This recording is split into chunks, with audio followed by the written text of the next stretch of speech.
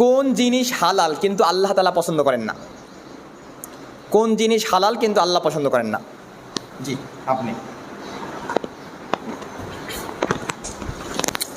মদ পান করা। প্রশ্নের উত্তরটি ভুল হয়েছে। উত্তরটি ছিল তালাক।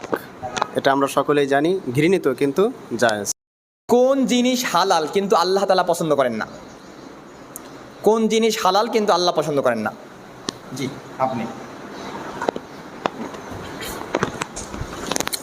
মদ পান করা। প্রশ্নের উত্তরটি ভুল হয়েছে। উত্তরটি ছিল তালাক।